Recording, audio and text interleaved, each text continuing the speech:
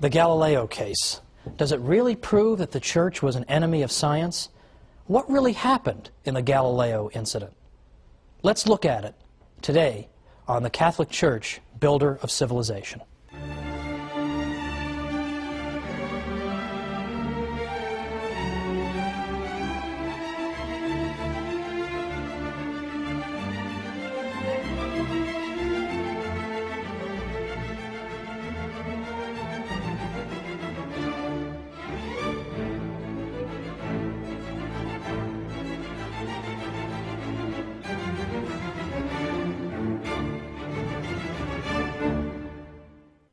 Welcome to the Catholic Church, Builder of Civilization. I'm Thomas Woods.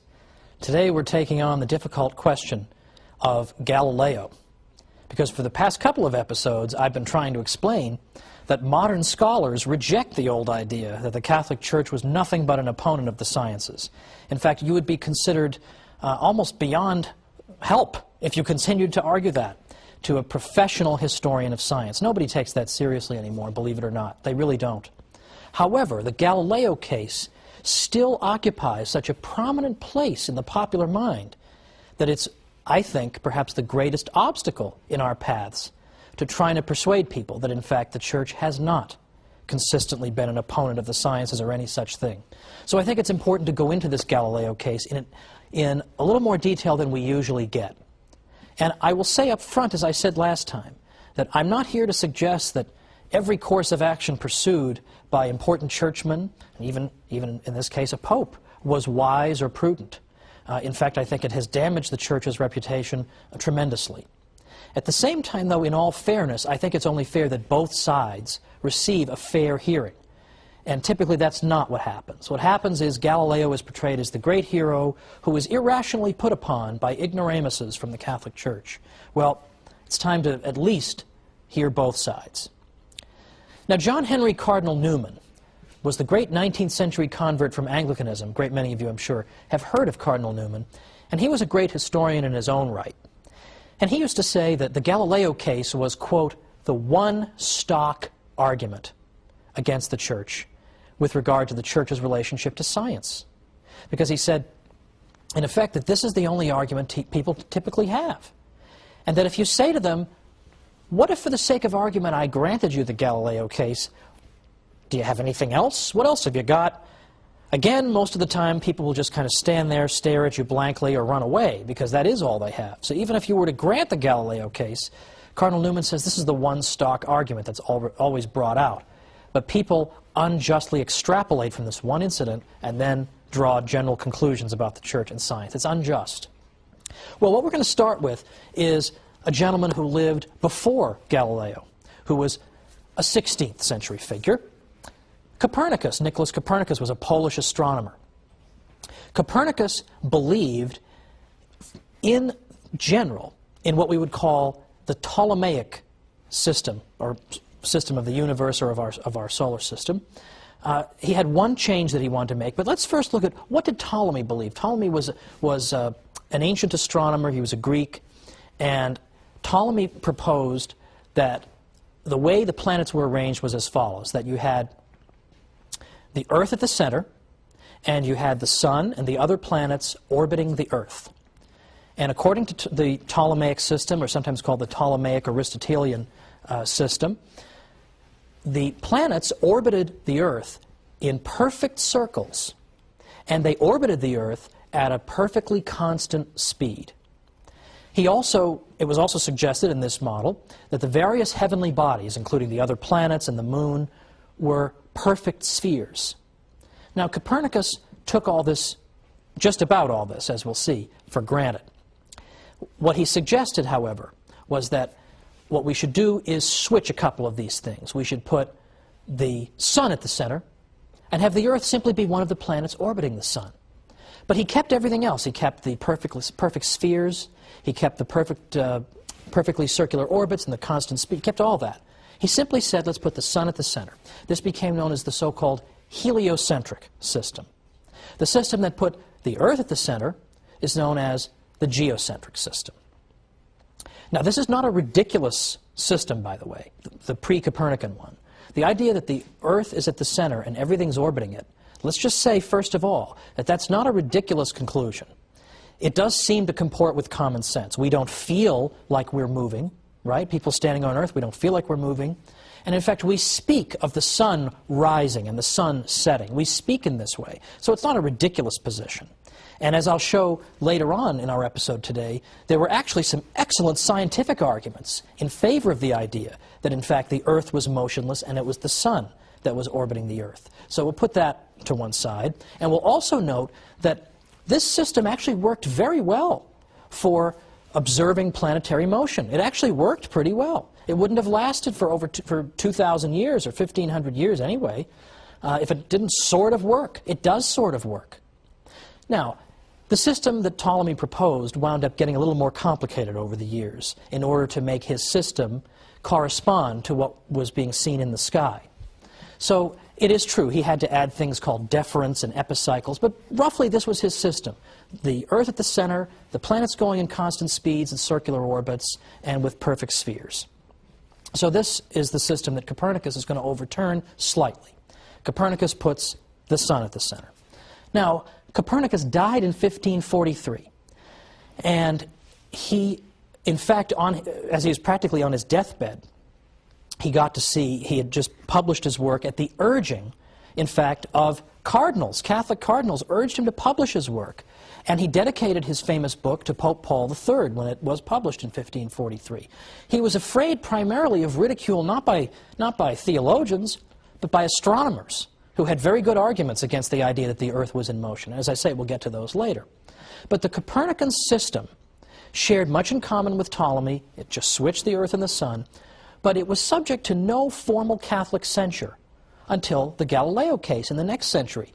His system, his so-called heliocentric system, was taught as a legitimate theory at Jesuit universities throughout the 16th century. Nobody got in trouble for this, and so on and so forth. It was just fine. It was treated as a theory.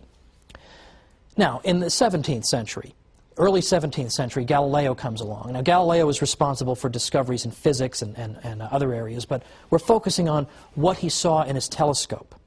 Because although he didn't invent the telescope, he put it to important use. Because when Galileo looked in that telescope, he was able to see things that undermined aspects of Ptolemy's system. For instance, Galileo noted that clearly there are craters in the moon. I mean, the moon is not a perfect sphere, so that spherical thing is wrong. He noted that there were moons orbiting Jupiter. This contradicts Ptolemy because here we have something orbiting something other than the Earth. These moons are orbiting Jupiter. But more than that, as Jupiter is moving in its orbit, its moons are staying with it. One of the arguments against the idea that the Earth could be moving was that if the Earth moved, it would leave the moon behind. But here's Jupiter moving, and its moons are orbiting with it. And he observed other things through his telescope as well. These things could not be reconciled with the model of Ptolemy, in which everything orbits the Earth, and so on and so forth. Now, Galileo and his work were in fact welcomed and celebrated by prominent churchmen. For instance, in late 1610, Father Christopher Clavius wrote to tell Galileo that his fellow Jesuit astronomers had confirmed the discoveries that Galileo had made through his telescope. Galileo was greeted with enthusiasm in Rome in 1611. There was a day of lectures given in his honor. He wrote, "I have been received and shown favor by many illustrious cardinals, prelates, and princes of this city." He enjoyed a long audience with Pope Paul V and enjoyed a day of activities in his honor at the Jesuits' Roman College. In 1612, for the first time in print, Galileo said that he favored the Copernican system, at least the part about the sun being in the center. He believed in the heliocentric system. Well, this did not get him in trouble. In fact, in this particular writing, one of the many enthusiastic letters of congratulation he got came from the future Pope Urban VIII, who in fact was the Pope who, as we'll see, later got Galileo in some trouble. But in 1612, there was no trouble at all with what Galileo said, and yet it's the same thing. So what's going on here? Well, again, the Church is arguing that the Copernican model is okay as a theoretical model, but it hasn't yet been proven to be the literal truth. As I say, he couldn't really prove this. The evidence that Galileo had that the Earth was in motion consisted, for example, of arguing from the evidence from the tides. Of course, we know the waves at the ocean. He argued that the reason that we see waves at the ocean is that the Earth is both rotating and it's revolving. So it rotates and it goes around the sun, and the result of all this is it's shaking up the water and creating the waves in the ocean. Well, if that sounds like a silly explanation, that's because it is. So people didn't necessarily buy that. But meanwhile, Galileo was walking around claiming that all biblical verses that make it sound as if the Earth is motionless need to be reinterpreted. This was the problem. Can a layman just run around demanding the reinterpretation of biblical verses on the basis of a scientific theory that he can't even prove? And this was at a time, remember, when the Protestant Reformation was not exactly yet a distant memory. And Protestants were always hounding the Catholic Church for not giving the Bible its due and not listening to the Bible enough. So here's Galileo going around saying the Bible's got to be reinterpreted. So let's come back and try and make sense of what ended up happening to Galileo and who was right and who was wrong.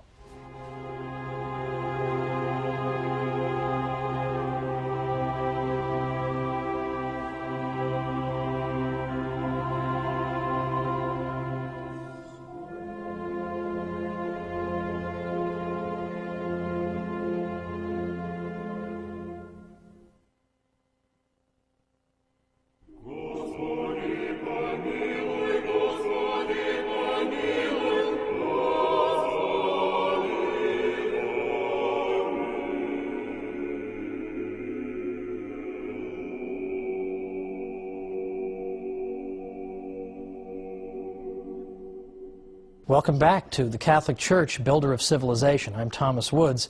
We're talking about Galileo, and before the break we noted that Galileo believed very passionately in the Copernican model, by which he meant that the sun was at the center of our solar system, so to speak, and that the Earth was one of the planets that orbited it. But as I also suggested, he did not have ironclad proof of that by any means. And if you talk to any historian of science who knows anything about the 17th century, he will tell you that the geocentrists, those who disagreed with Galileo and put the Earth at the center, still had a very good and reasonable scientific argument. And I want to amplify that point and just show that it wasn't a question of complete morons irrationally opposing Galileo, and Galileo being a wonderful genius who has to tolerate all these stupid ignoramuses. To the contrary, they had extremely good arguments that he could not answer. The main argument involved something called stellar parallax. Now that sounds very complicated, but you'll be amazed at how simple it is. Let's first just look at that word parallax. This is a phenomenon that we're all familiar with. We see it every day. Parallax shift works as follows. Let's suppose, for lack of a better prop, that this candle is my mother, and I'm on a merry-go-round as a child, and I'm looking at my mother watch me go around the merry-go-round. And let's suppose that over in the distance there's a tree over here. But let's say that over here there's a hot dog stand. So here I am, I'm going on the merry-go-round, and I'm looking at Mom, and I'm waving, and when I get to this part of the merry-go-round and I look at her, I see her against the tree. But when I get to this part and I look at her from this angle, I see her against the merry-go-round. Well, I don't say to my mother, hey, how come you're shifting around while I'm on the merry-go-round? I just know that in each case it's because I'm looking at her from a different angle. When I look at her from this angle, I see her against the tree. When I look at her from this angle, I see her against the hot dog stand. This is called a parallax shift.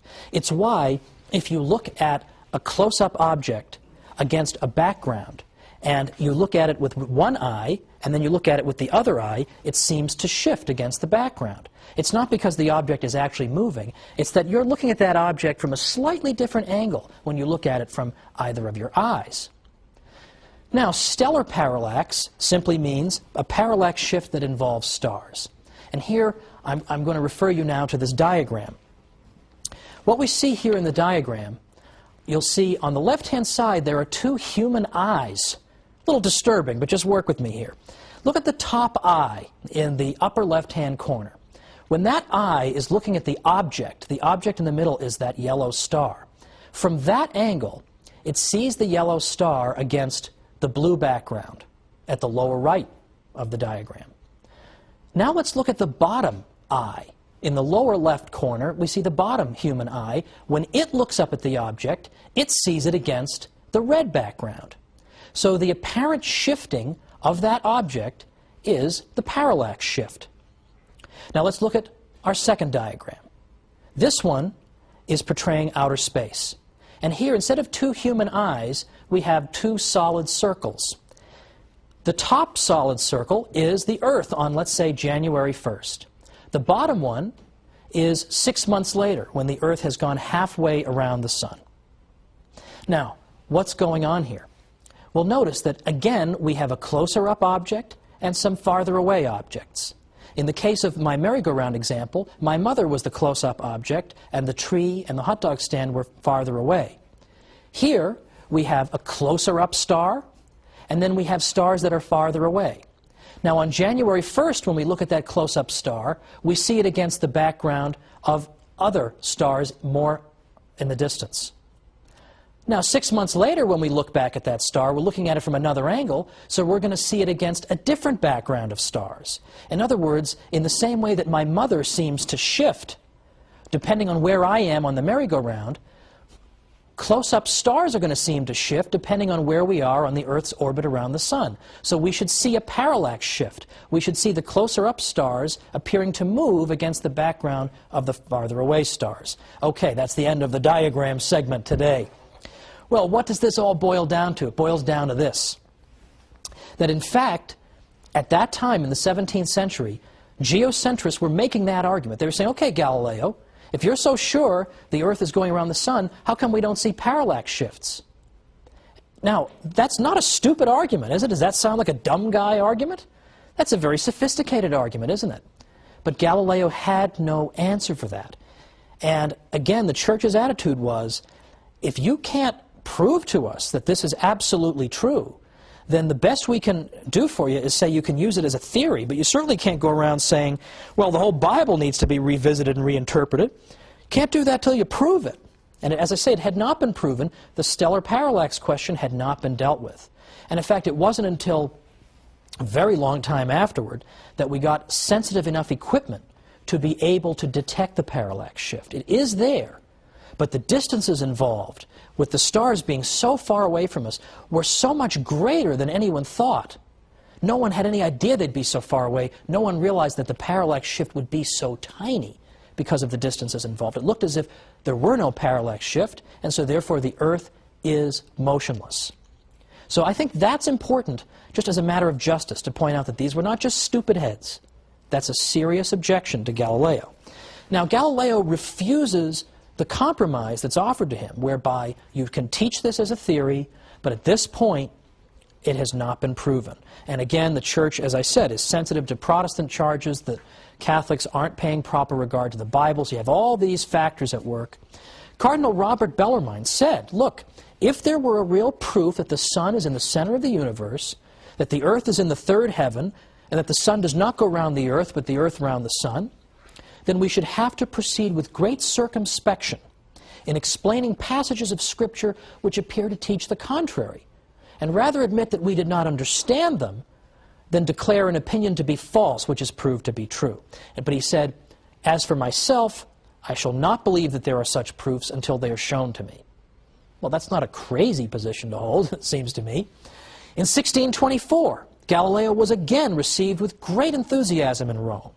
The Pope told him that the Church had never declared Copernicanism to be a heresy and would never do so. And the Pope decided to hang on to this idea that Galileo could continue to teach what he wanted to teach as long as it was in the realm of theory, until such time, if ever, it should become established firmly as fact. Well, Galileo broke the rules. In 1632, he wrote his Dialogue on the Great World Systems. And in this work, he does not, in fact, stick to the idea that the Sun being at the center is a mere theory. He suggests that it's a fact. But worse than that was that Galileo wrote this dialogue as a dialogue. And one of the characters in this dialogue was a dunce, a dummy. And into the dummy's mouth, he put the Pope's opinions. Well, you're not exactly going to ingratiate yourself into the Pope's favor by taking his view and putting it in the mouth of the idiot. But this was sort of typical of Galileo, who had a very, very, well, some might say aggressive kind of way about him. He had a very irascible nature. He had a personality that left a bit to be desired sometimes. So, for instance, if you disagreed with Galileo on something like the nature of sunspots, he would come out and publicly call you a blockhead. And this was not a subtle person. And there's no subtlety at work when you take the Pope's opinion and you put it in the words of the fool in your dialogue. Well, Father Greenberger, who was a Jesuit, who was a big fan of Galileo, had said that if he had just kept to the idea that this is a theory and had not tried to make it stick as absolute fact before it could be proven, there would never have been an issue. But what seems to have happened here, the way I read it, is that you've got several factors coming together simultaneously to bring about this unfortunate outcome in the Galileo case. You have the fact that Galileo can't actually prove this, and that there is a very good argument against it, the parallax shift argument. He can't answer that. You have the fact that Protestants are putting pressure on Catholics, saying you've got to stick to the Bible, you can't just indiscriminately go and adopt novel interpretations unless you've got really good reason. And then you have this clash of personalities between Galileo and the Pope. And that's a big problem as well. It's the way human nature is. Because as we've seen, this Pope, Urban VIII, had previously praised Galileo, had had no problem with Galileo publishing the Copernican theory, and even assured him that the Church would never condemn this theory. So it can't just be that the Church refuses to allow evidence or refuses to allow science. This was all allowed. The Galileo tragedy occurred because of the convergence of all these factors. Now, that doesn't excuse what happened. Galileo was, in 1633, told that he could not publish in this area at all. Does not excuse that. But on the other hand, it helps us to understand it a little bit better, and that's important too. Now, a good many scholars have begun to argue that people at the time, at least some of them, understood that the sentence against Galileo was intended in large part personally against him. Because, for example, Father Boscovich, whom we talked about last time, the father of atomic theory, openly used the idea of a moving Earth in his work. And he never got in trouble, was never hauled before any church tribunal. So, as I say, a great many people have said that it was aimed personally at Galileo. Now, having said all this, as I say, my purpose here is not to say that there was no wrong done or that this episode is something to celebrate. But at the same time, I think we can understand that what actually happened here was the fruit not of any mythical Catholic hostility to science, but merely the unfortunate convergence of a variety of factors occurring at the same time. Because what we've seen in these past few episodes is that the Church's achievements when it comes to science are legion and are substantial.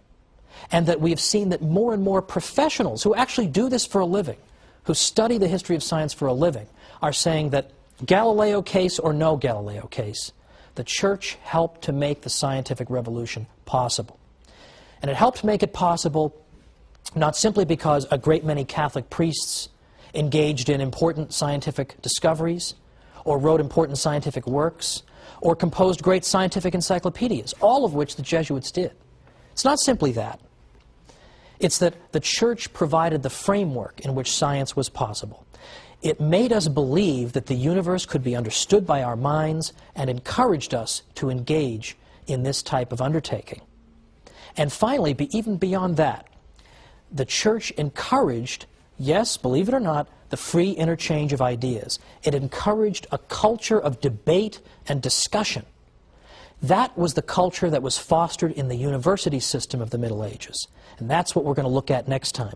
In the universities, we see the Western tradition of rigorous, rational debate, back and forth to discover the truth, taking root. And who was the great patron of that university system? The Catholic Church. So, I look forward once again to being with you and talking once again about another unfortunately unheralded aspect of our Western civilization, the Church's fostering of the university system, which gives us our great civilization. Thank you.